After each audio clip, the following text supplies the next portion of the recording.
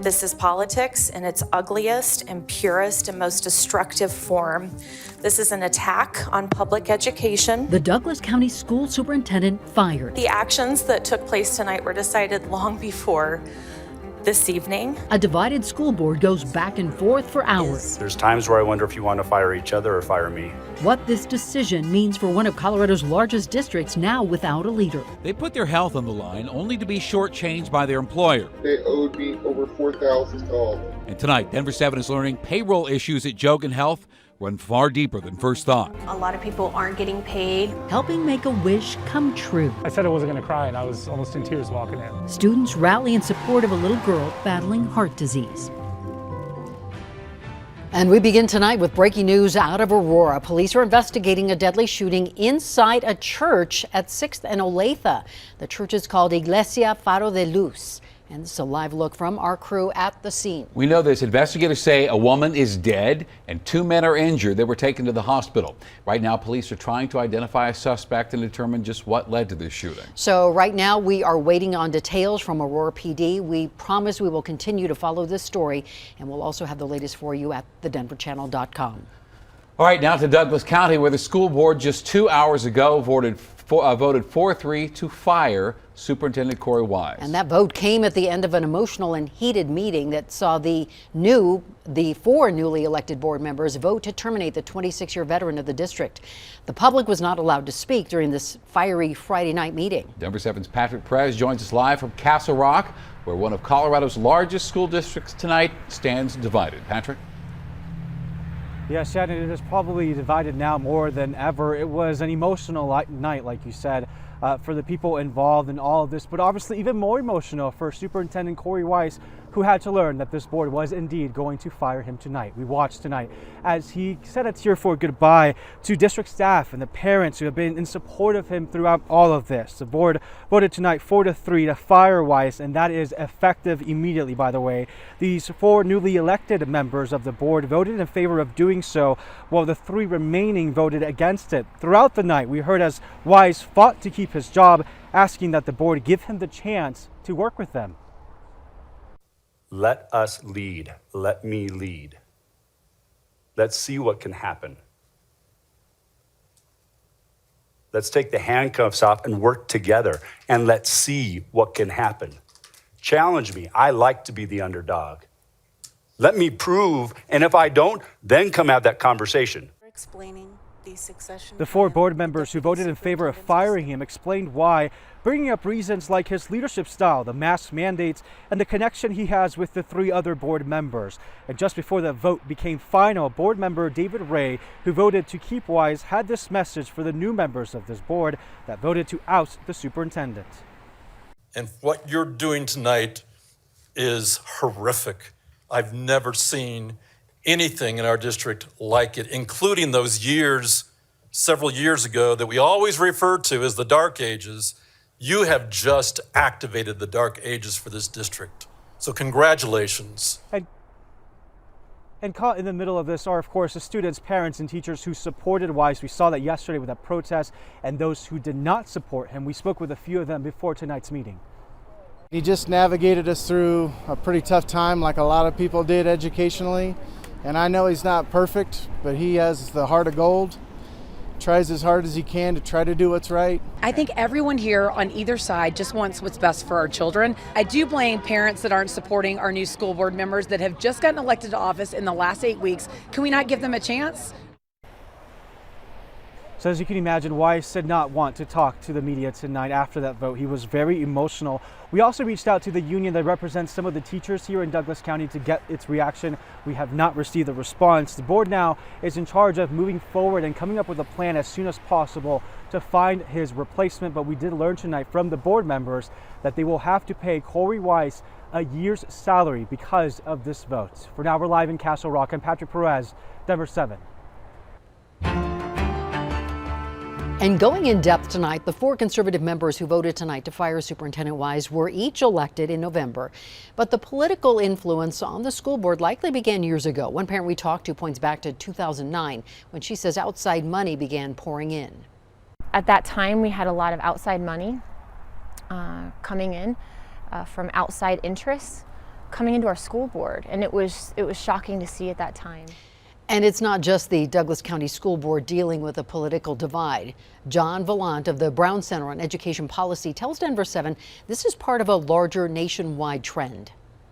We've seen these big hot button issues that really are not the most important issues facing school boards and facing school districts right now, but they've been these really prominent and controversial issues in school board meetings. And so there has been this sort of this wave of national politics that's swept across school boards across the country. A Change.org petition to recall these newly elected school board members already has gathered more than 10,000 signatures. However, those recall efforts are going to have to wait. Taking a deeper look tonight, according to the Secretary of State's office, elected officials must be in office for 6 months before a recall petition can be attempted. These new board members began their terms late November, so May would then be the earliest.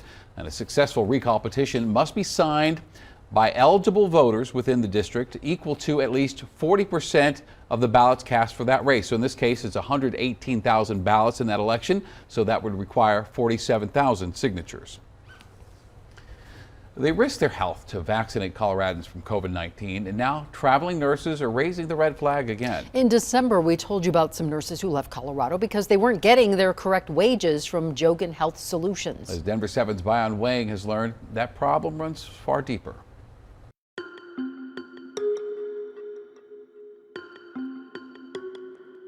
I was borrowing from friends and relatives just to survive and get by.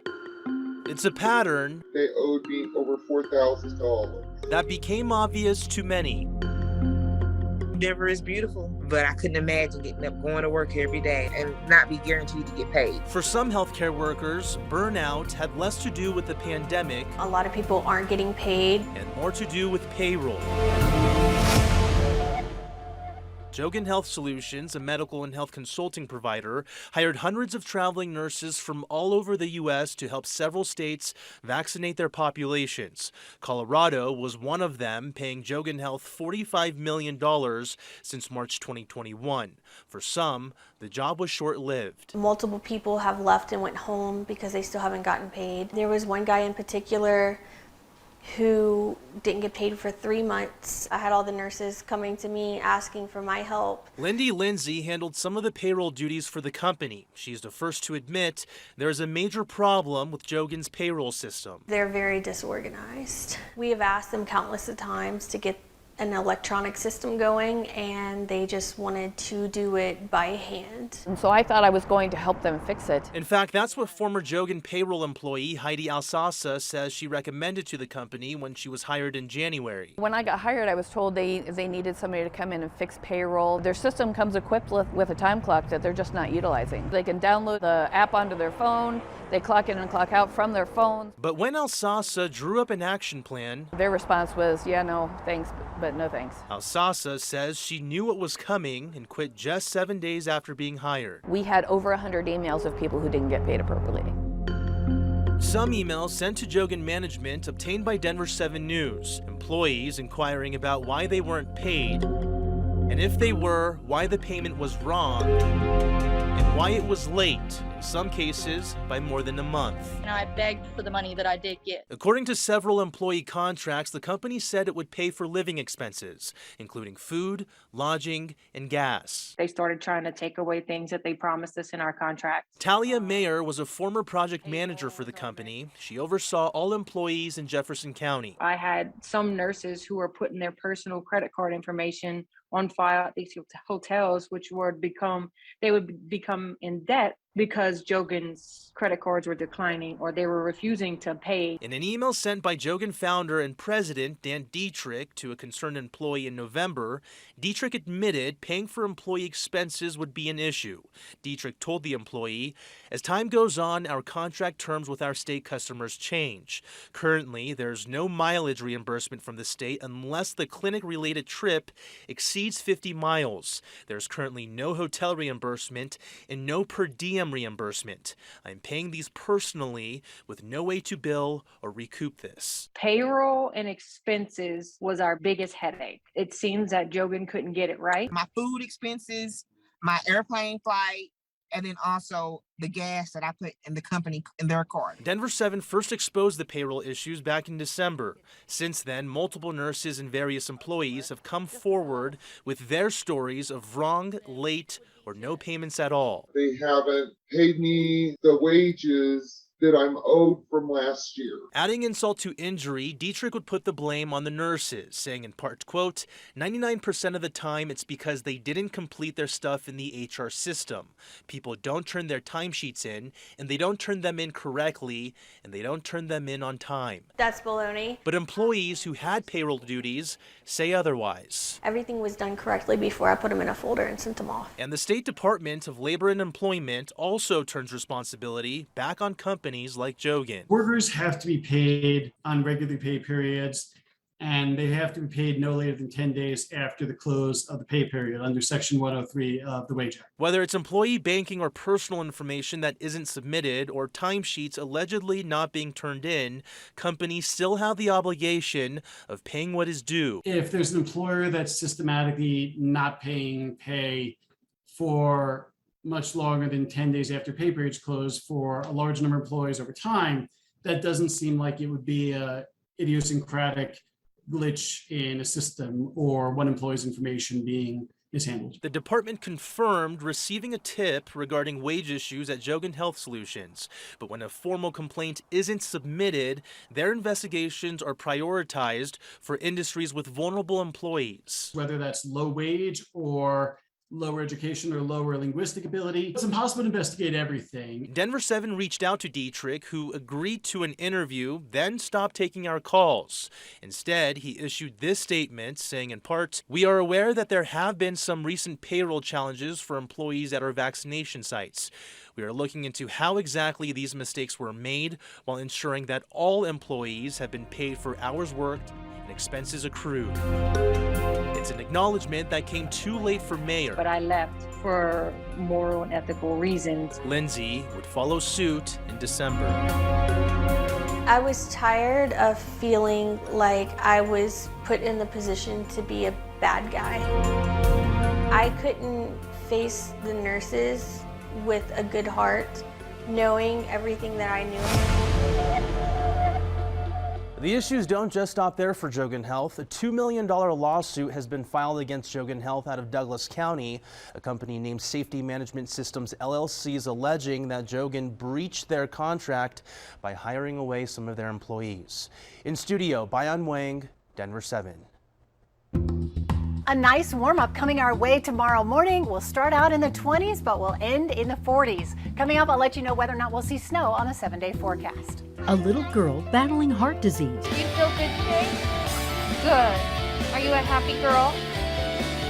How students are now rallying around her to help make her wish come true. Plus, the NHL All-Star Game is coming tomorrow night right here on Denver 7. Tonight, a look at how some of the Av stars fared in the skills competition.